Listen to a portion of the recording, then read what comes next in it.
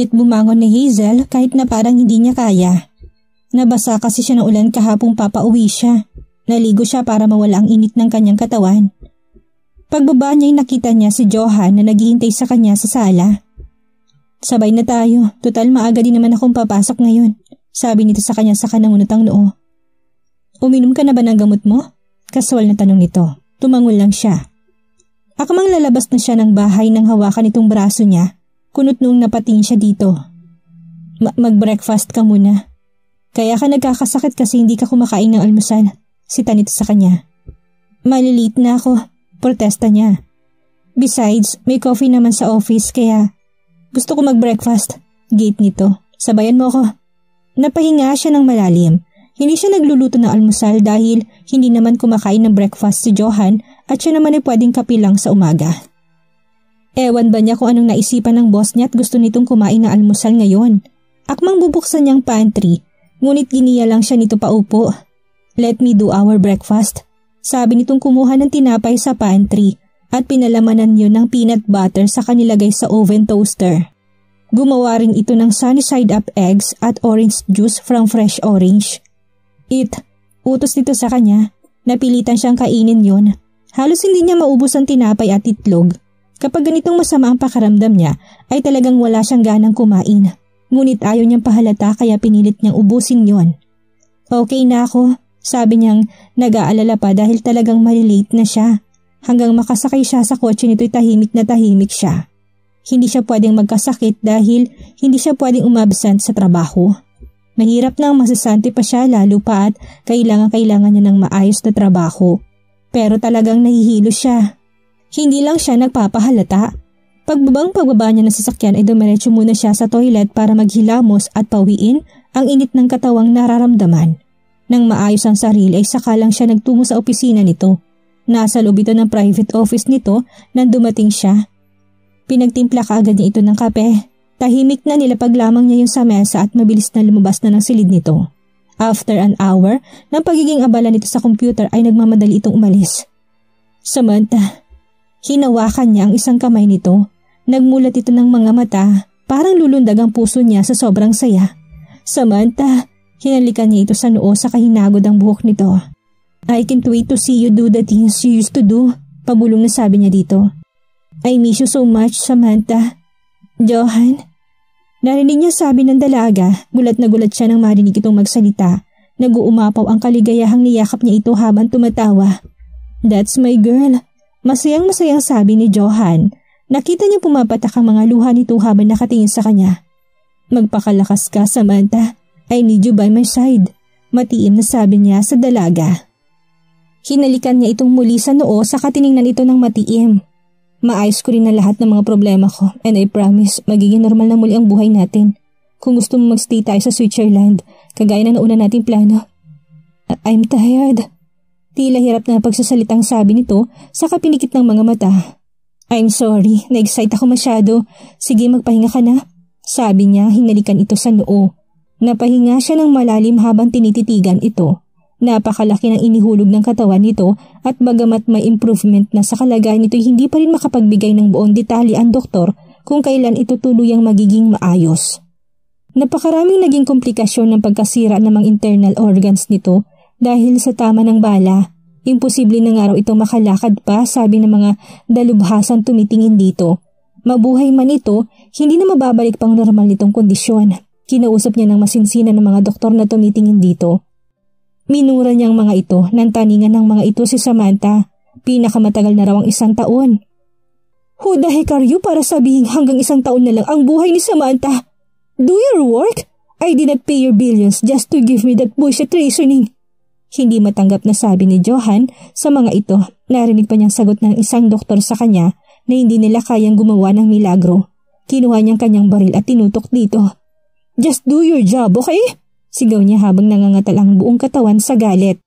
Sa dami ng pera niya, bakit hindi niya kakayanin dugtungan ang buhay ni Samantha? Kahit si kamatayan ay kaya niyang bayaran. Ate Hazel? Narinig ni Hazel na tawag ng pangalan niya na naglalunch siya sa kantin. Paglingon niya nakita niyang pinsan niyang si Rose Ann na anak ng Tio Rodolfo niya. Bunso kapatid ng mommy niya, Tia Sonia niya. Rose Ann, pilit ang mga ngiting bati niya dito. Hanggang ngayon ay hindi pa din niya mapapatawad ang tatay nito sa ginawa sa kanila noong may sakit ang mommy niya. Dito ka rin ba nagtatrabaho? Tanong nito sa kanya. Saang department ka? Kakaumpisa ko lang ngayon. First interview ko, nakapasa kaagad ako. Tila nagyayabang na sabi nito sa kanya. CPA grad naman kasi ako. How about you? Balita ko hindi ka nakatapos ng college kahit na mas matanda ka sa akin, hindi ba? Tila nanunuya ang tonong tanong nito sa kanya. Oo nga sagot niya na lang. Wala siyang planong sabihin dito na sa mismong may-ari ng kumpanyang ito siya nagtatrabaho. Hindi pa naman ako regular dito. Mukha nga, sabi nito na paismid. Hindi naman ganun kadaling makapasok dito. Mabuti nga't natanggap kang... What? Janitress ba? Sabi nitong bahagya pang napahagik-hik. Nga pala, hindi na kami nakapunta sa burol ng tatay mo. Medyo busy kasi si Papa sa bago niyang business. Alam mo na. Okay lang, matabang na sagot niya. Hindi rin naman niya kailangan ng fake na pakikiramay. Gusto niya sanang idagdag dito ngunit mas pinili na lamang niya manahimik. Kawawa ka naman ngayon. Balita ko, naibenta na yung bahay niyo sa Cubao. San ka na ngayon tumitira? For sure nasa squatter ka. Hay, anitong parang gusto pang ipagbunyi ang nangyari sa kanya. Naalala ko pa noon, inggit na inggit ako sa inyo kasi maganda yung bahay niyo. Unlike us na nakikisquat lang. Natatandaan mo pa ba nung hinihiram ko yung Barbie mo pero pinagdamutan mo ko? Napaikot ang eyeballs niya. Hanggang ngayon ba hindi pa rin ito nakaka-move on sa away nila ng mga bata pa sila? Rose Ann, 8 years old lang ako noon. Paalala niya dito. Hindi ko na nga maalala tungkol doon. Pero natatandaan ko pang lahat kahit 6 years old lang ako noon. Sabi nitong tiningnan siya mula ulo hanggang paa. Pero ngayon, mukhang baliktad na yata lahat. Nakingising sabi nito sa kanya tumayo na't umalis. Hindi pa rin nagbabago si Rose Ann. Hindi niya maintindihan kung anong pinagningit-ngit ng mga kamag-anak niya sa kanila. Sa pamilya ng mommy nila ay sila noon ang higit na nakakaangat sa buhay at palaging lapitan ng mga problema sa tuwing magkakakrisis ang mga to. Ngunit na magkasakit ang mommy niya ay naging mahigpit na sa pera ang daddy niya kaya hindi nagpapautang. Nasanay ang mga kamag-anak nilang lumapit sa kanila kaya biglang nagalit ng naghigpit ng sinturon ng kanyang mga magulang. Pinagtataka niyang hindi naalala ng mga ito yung mga tulong na naibigay ng parents niya. Ang tanging naaalala lang ay yung mga panahong hindi na sila makapagbigay dahil sila mismo'y nangangailangan na rin. Sa side naman ng papa niya ay wala siyang problema kaya lamang ay nasa Visayas ang mga ito at hindi rin naman magandang laging ng mga buhay. Ipinagpatuloy na lamang ni Hazel ang pagkain kahit pa nawala na siya ng gana. Pagkatapos mag-lunch ay nagtoothbrush lang siya saka bumalik na sa kanyang pwesto.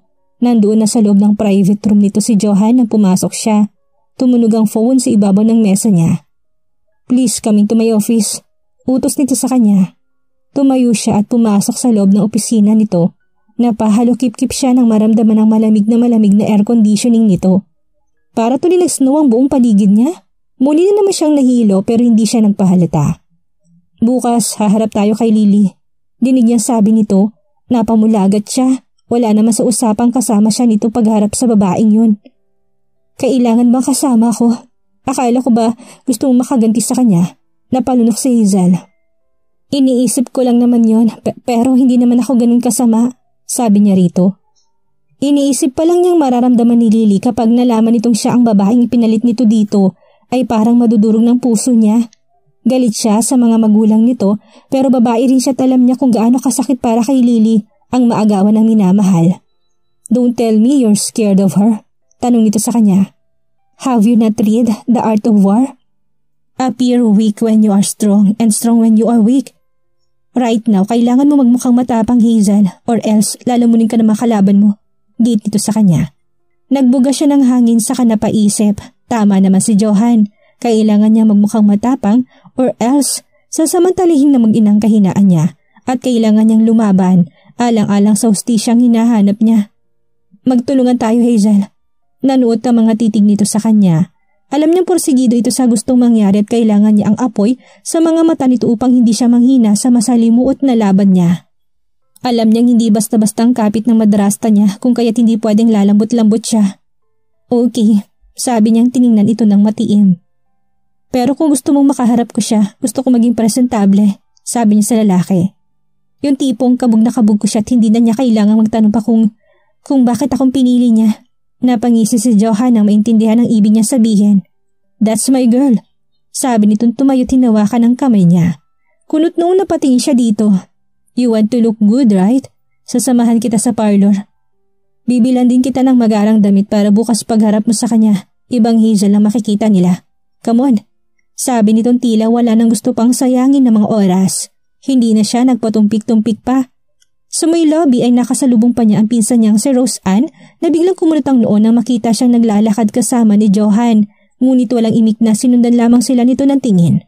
Nagpapasalamat siyang binitawan na ni Johan ang kamay niya pagkababa nila ng elevator kung hindi baka lumikha pa yun ng issue sa loob ng kumpanya. Hanggat maaari gusto niyang itagong pagpapakasal nila ni Johan. Ayaw niya mabigyan yun ng kahulugan ng ibang mga empleyado doon. Besides, wala namang binibigay na signal si Johan kung ilalantad nila tungkol doon or secret lamang. Basta ayaw niya sa kanya magmula ang usok. Saka after 6 months naman ay maghihiwalay din sila. So para ano pa malaman ng mga taga ditong naganap na kasalan sa kanila? Hindi naman yung totohanan. Hindi rin naman niya binanggit kay Johan na may pinsan siya nagtatrabaho sa kumpanya nito. Para ano pa? Sa parlor siya unang dinala ni Johan, pinagkulayan ang buhok niya. Gusto pa nga niyang i-reband ang buhok niya, ngunit sinabihan siya na lalaking mas bagay sa kanyang i-retain ang natural curly hair niya. Pinalinis din itong mga kuko sa kamay at paa niya. Pinakulayan nito ng pula ang kanyang mga daliri para raw magmukha siyang sopistikada and yet punong-puno na kumpiyansa sa sarili. Hindi niya makilala ang sarili ng ganap na maayos ang buhok niya. Tinirim nito ang makapal niyang mga kilay. Ay, kabog na ngayon si Liza Soberano. Anang baklang nag-aayos ng kilay niya. Nilingon pa nito si Johan. Hindi ba sir? Hindi niya alam kung nag-iilusyon lang siya o totoong nakikita niya ang piping paghanga sa mga mata ni Johan nang mapagmasdan siya. Ngunit saglit na saglit lang yun sa kabinaling muling pansin sa binabasang libro. Suplado naman ang jowa mo, but I'm sure gandang-ganda yan sa'yo. Bulo na bakla sa kanya. Lihim na lamang siya napangiti sa sinabi nito. Matapos magpa-parlor ay sinamahan naman siya nitong mamili ng mga damit niya. Basta hindi mo ito aawasin sa sweldo ko ha? Paniniyak niya kay Johan habang nakatingin sa mga nagkakalulang presyo ng mga damit. Bonus ko na ang mga ito sa'yo, sabi nitong napatingin sa suot niya. Basta from now on, ayoko na makita nagsusuot ka ng mga cheap clothes. Secretary lang ako sa company mo. Asawa na kita ngayon. Pagtutuwid nito sa kanya. For 6 months, paalala ni Hazel. Pagkatapos nun, regular na empleyado mo na lang ako. Sabi niya rito, as if naman may kaibahan yun sa ngayon. Nga pala, secret lang naman natin tong pagpapakasal natin, hindi ba? Hindi naman natin ipaalam sa mga empleyado mo. Nagkibit ito ng balikat. Kung hihingi ng pagkakataon, bakit hindi? Napakagatlabi siya. Hanggat maaari ay ayaw niyang malaman ng mga empleyado tungkol sa pagpapakasal nila. After 6 months, anong magiging tingin ng mga ito sa kanya? Hindi naman ng mga ito alam ang totoong dahilan kaya magmumukha siyang pinagsawaan or pinaglaruan. Hindi niya napigilang isatinig ang naisip. Kung malalaman ng mga empleyado mo ang tungkol dito, then maghihiwalay tayo after 6 months. Hindi kaya magmumukha akong kaawa-awa sa paningin nila.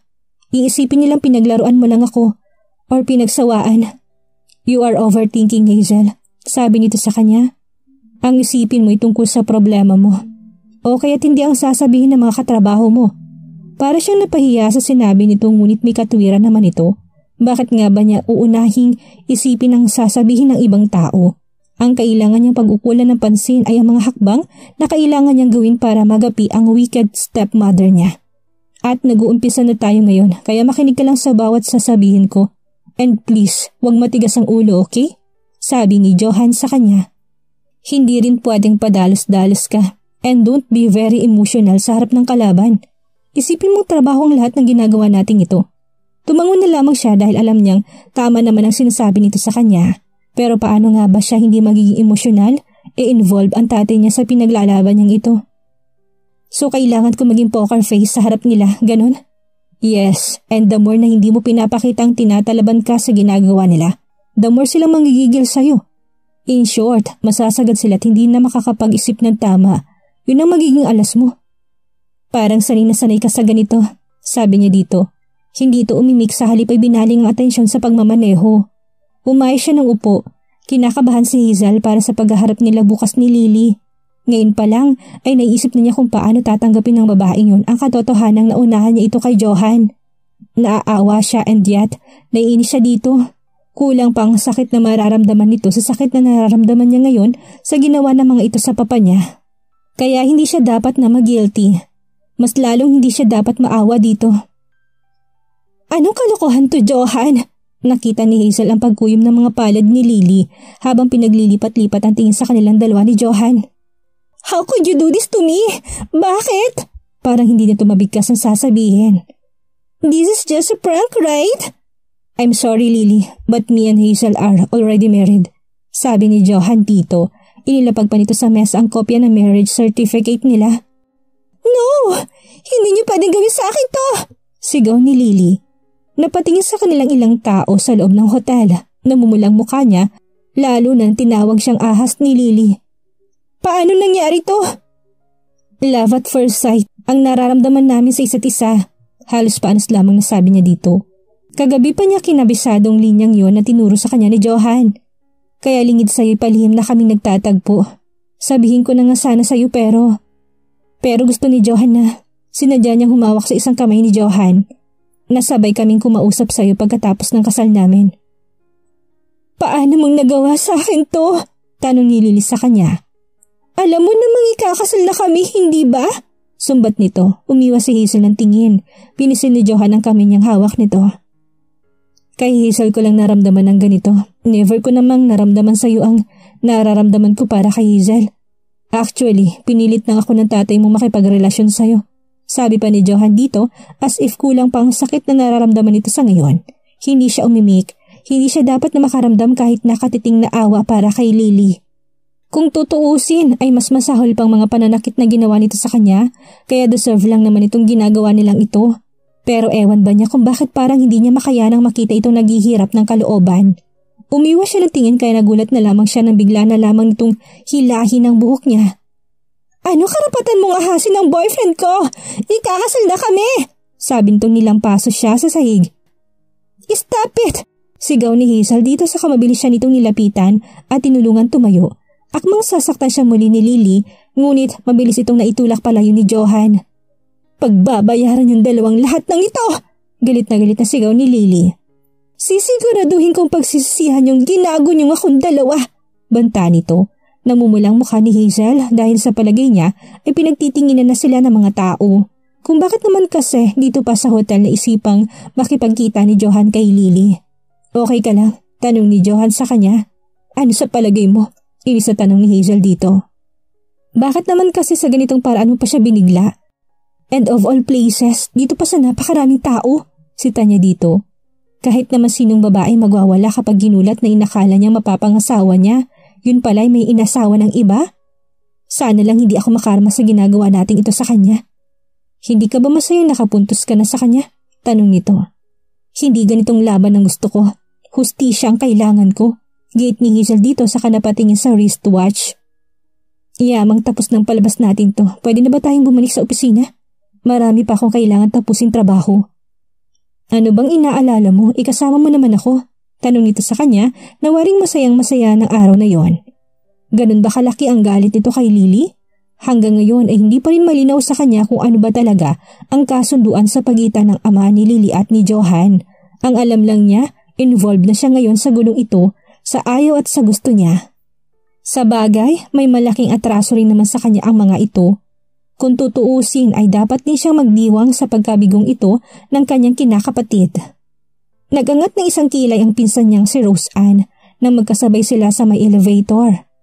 Hey, tigalinis ka lang na opisina, ganyan pang ayos mo?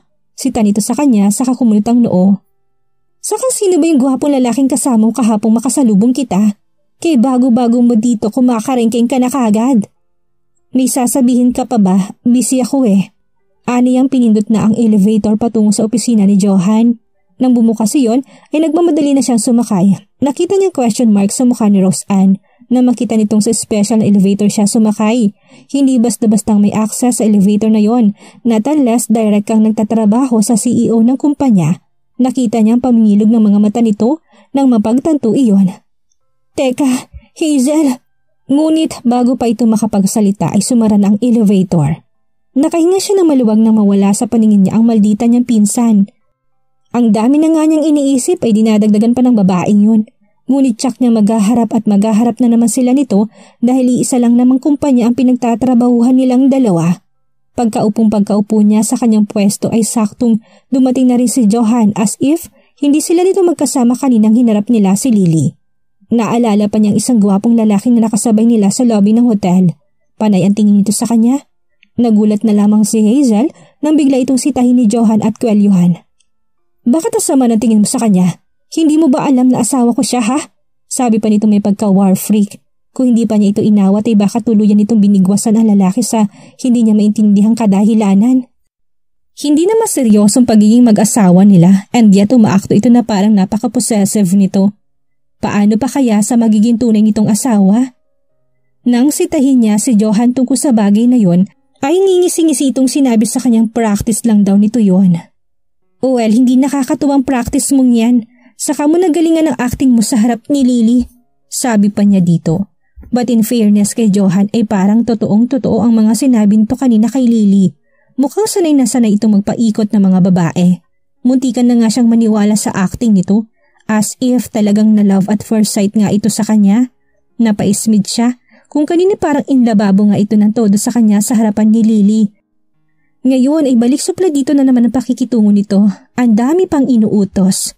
Napapa-oo na lamang siya kahit sa isip niya ay hindi niya alam kung paano tatapusin ang tambak na trabahong inaatang nito sa kanya. Wala pa naman siyang balak mag-overtime dahil babalikan sana niya mamayang after work ang lugar kung saan nabangga ang papa niya. Kailangan niya ng masusing investigasyon dahil wala naman siyang ibang maasahan tungkol doon kung hindi ang sarili niya. Paniguradong hindi ka natitigilan ni Lily at ng pamilya niya. Kaya ihanda mo ng sarili mo. Paalala ni Johan sa kanya. Thank you sa concern ha. May sarkasam sa tonong sabi niya dito. Mas lalong naging komplikado ang sitwasyon ko. Baka nakakalimutan mo idea mo itong kasal natin. Paalala nito sa kanya. As far as I know, binawi kong offer ko. But you insist, right? Sabi nito pinatong mga kamay sa mesa sa kadumukang ang katawan. Para ilapit ang mukha sa mukha niya. Napalunok si Hazel sa waring kuryenteng gumapang sa kanyang buong katawan nang maramdaman ang mainit na hininga nitong sumayad sa balat niya. What the heck? Humakbang siya palayo dito dahil parang napapaso siya sa init na hatid nun sa kanya. Oo na, ako na nagmakaawa sa'yo dahil kailangan ko ng tulong mo. Pero sana huwag mo akong binibigla. Sana next time sabihan mo muna ako na 1 week ahead ng mga plano mo para hindi ako nabibigla. Sabi niya rito habang umiiwas ang tingin dahil natatans siya na tinitinan siya nito ng matiim. Ano kayang gagawin ni Lily at ng pamilya nito ngayong nalaman nilang si Hazel ang ipinalit ni Johan kay Lily? Anong pagsubok kaya ang kakaharapin ni Hazel ngayong mas nagiging komplikado ang lahat sa kanya? Yan ang ating aalamin sa susunod nating kabanata.